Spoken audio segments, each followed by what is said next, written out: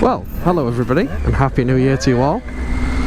So today, this is going to be a first ride, and this is going to be a first ride on a Triumph Tiger 800 XCA. Now, this is actually my bike. I bought this, I got it literally yesterday. This is my first ride on it. So this is going to be my first impressions. There's a couple of things on it that obviously aren't going to be perfect because it is a pre-owned bike. I say this is my first go on this, but this has done 2,900 miles and it's a 66 plate, so it's basically brand new. And I'm going to pick a new helmet up right now, which would be nice. So we're trying to make our way to Scunthorpe, and I haven't got a Sat-Nav holder, so I'm just going to listen to it through my new Bluetooth device, which is my Cardo Pack Top Bold, and we're going to review this bike very gingerly because I'm trying to get used to it myself while having a pillion on and a back box. But oh, hang on, right, okay. But I have a feeling that it's not going to be too much of an issue.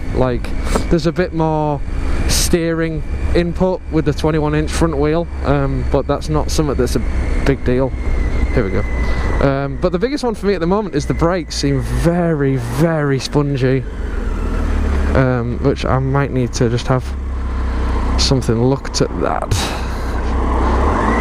A bit too spongy for my liking. Maybe that's how they're supposed to be, but I'm used to really responsive brakes and they just seem a bit odd for some reason.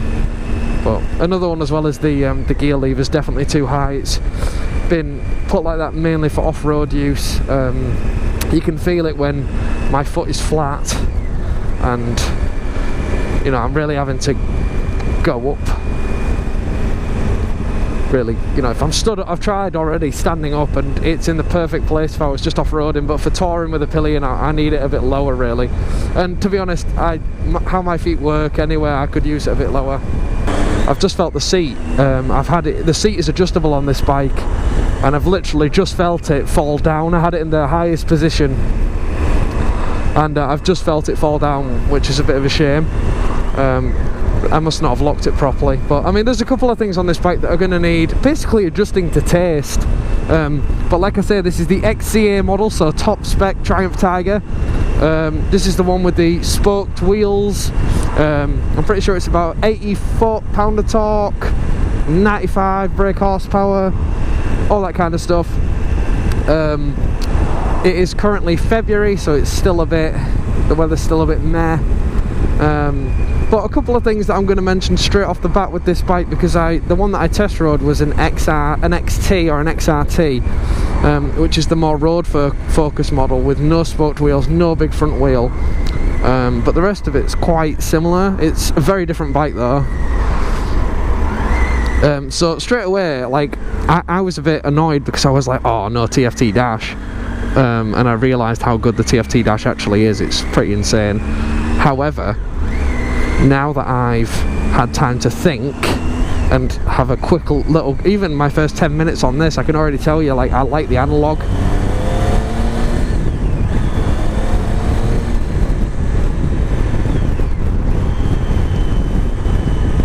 So I've got my miles an hour there, right in front of me, nice and easy to see. I've got a clock below that, which is going to need altering. I've got a gear indicator on the left hand side next to how warm the bike gets, and on the right hand side that's my fuel. So all in all, everything you could really ever want to see there. In fact, I think the time's in the top left, so I don't know what that is at the bottom. I think that might be a trip or something. But so far, nice smooth engine.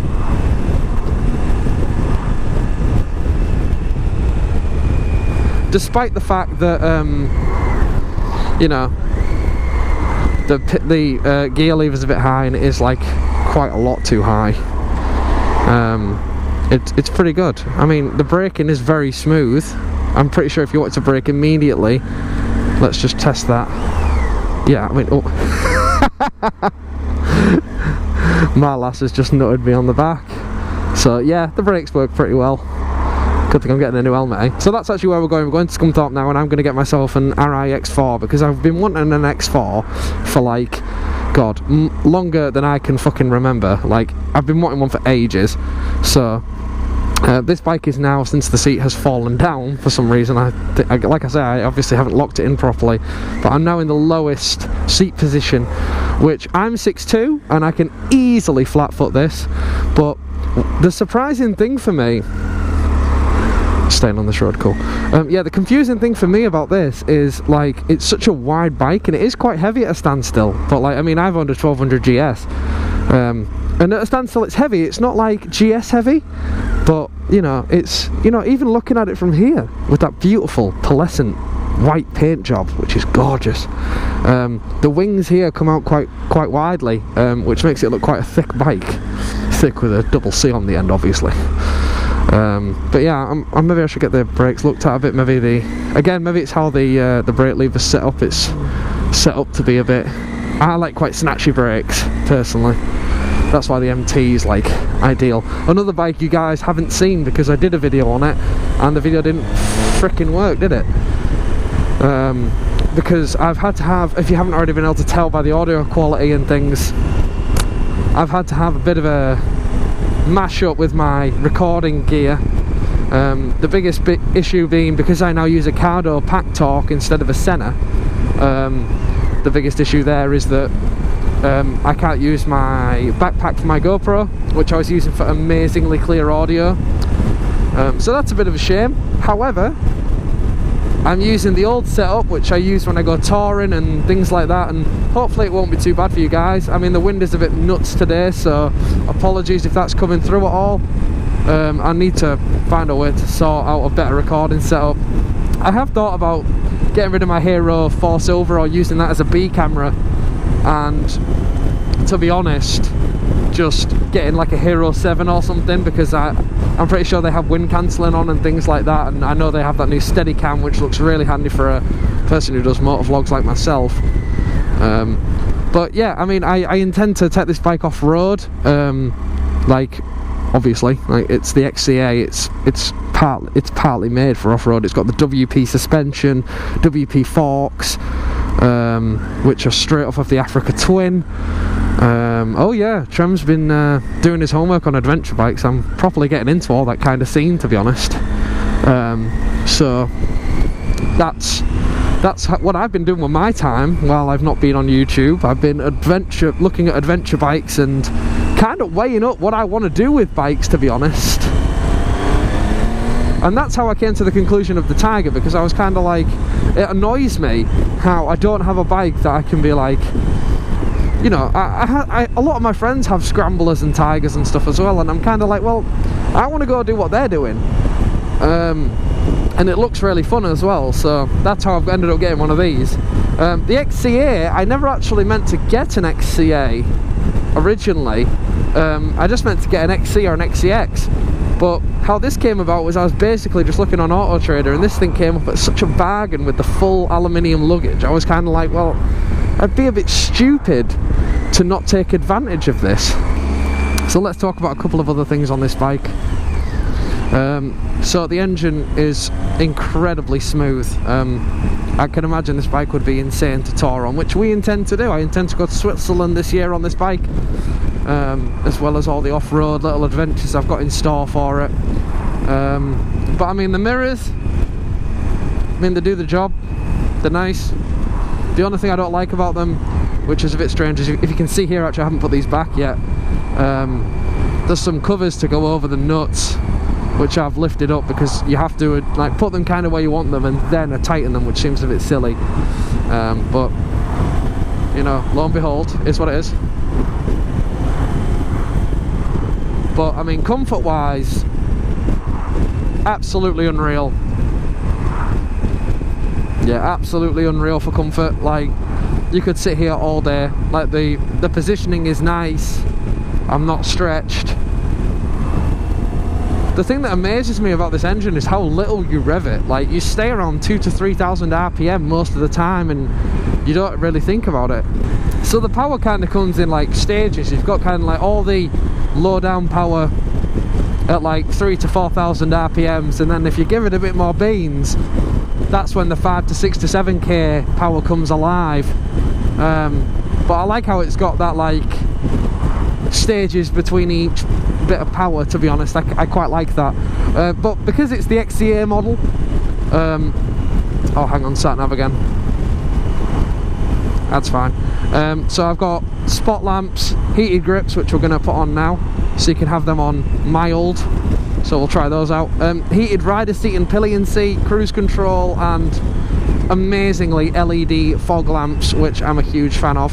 I think I will get. I think I'll get used to the ride of this bike. It's just incredibly smooth, and I'm used to riding a bike that's got like too much power for its suspension, and the brakes are just like, you know, not built for the suspension, and the whole bike's just a mismatch really.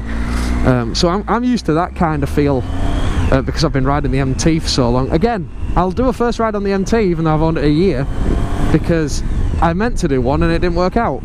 But I thought, since this bike's brand new, I need to go on it today, and I need to, you know, go get this helmet. I may as well do a first ride review and just a first ride on it in general. So that's how I've come to this conclusion. But the whole point of this bike is kind of a little fact I've always been in love with motorbiking, and that's just being able to go and, you know, explore places, and, you know, like, you can go off-road if you need to and things like that, and, you know, like, sky's the limit with where you want to go on this thing, and that's the whole point, I suppose.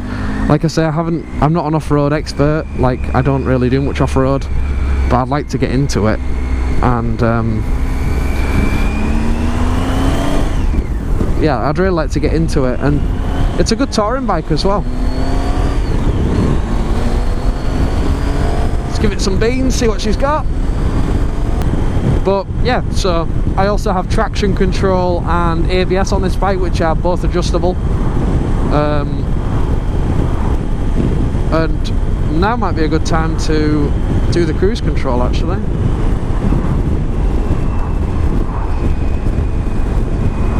And there you have it, cruise control. That's insane. And then is this to make it faster? Yeah, it is. Ha! Nowhere. I've also managed to put the back box on. The luggage is actually amazing. I was very skeptical at first when I saw it because it looked quite small. However, now I've actually put it on the bike and opened it all up myself and everything. I really like how all the systems work. I'm very impressed. It is the Triumph hard luggage. I've heard the not the soft luggage, but like the tinny plastic shit. Is that soft luggage? Not really. That's quite crap, I've heard. The capacity is not even worth having it. It looks awful, you know, so.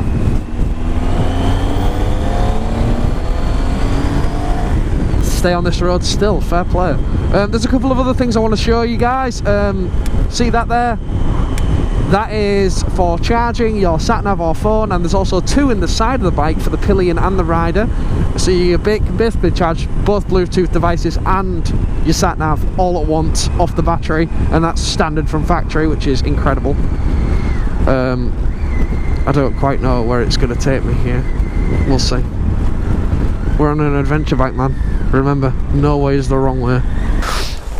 Right then, everybody. So I'm going to give you guys my final impression of this bike since the wind has got considerably bad now. You can see that I've just decided to tie ye old helmet on because it wouldn't fit in the back box by about that much.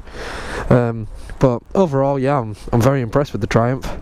A couple of, like I said in the video, a couple of little things just like need personally adjusting, but like as a bike to ride, like it's been insanely windy on the motorway today, and even so it's held up like an absolute tank. And with the heated seats and heated grips, like you've just basically got no chance of getting cold whatsoever. So very impressed. You'll see a lot more videos coming on this. I'm gonna take it on some proper adventure rides, and we'll see how probably take the key out of that. Yeah, we'll see how things go with it. But yeah, this has been my review on it. Personally, I'm gonna give it a solid 4 out of 5, and it'll probably be a 5 out of 5 once I get all the little things adjusted, like get the screen a bit higher and do the pegs and things like that. But as an actual bike, as a package, very impressed. So I'll catch you guys in the next one.